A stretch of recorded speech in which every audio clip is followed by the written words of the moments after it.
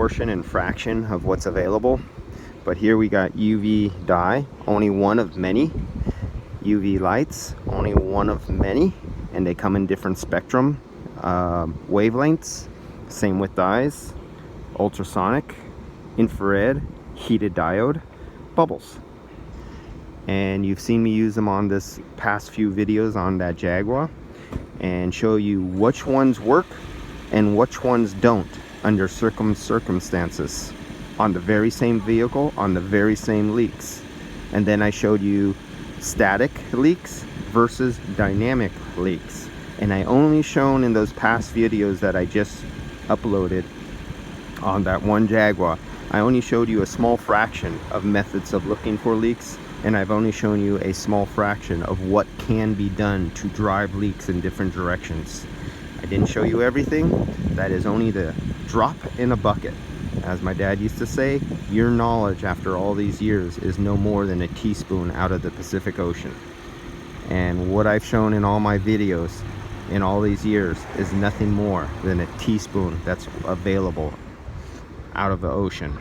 Okay, so this is on the Jaguar. Let's drop my glasses.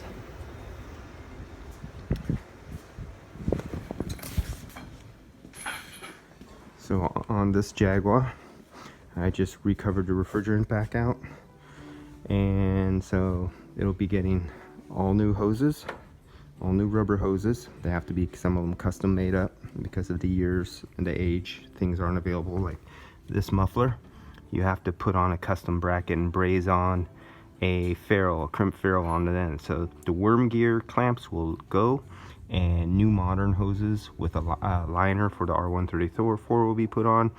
Everything will be custom. New compressor will probably be the one coming brand new from China. Old American ones, they use these new ones, they put them on earth movers and caterpillars and big giant earth equipment and stuff like that. Still durable, still built to this day.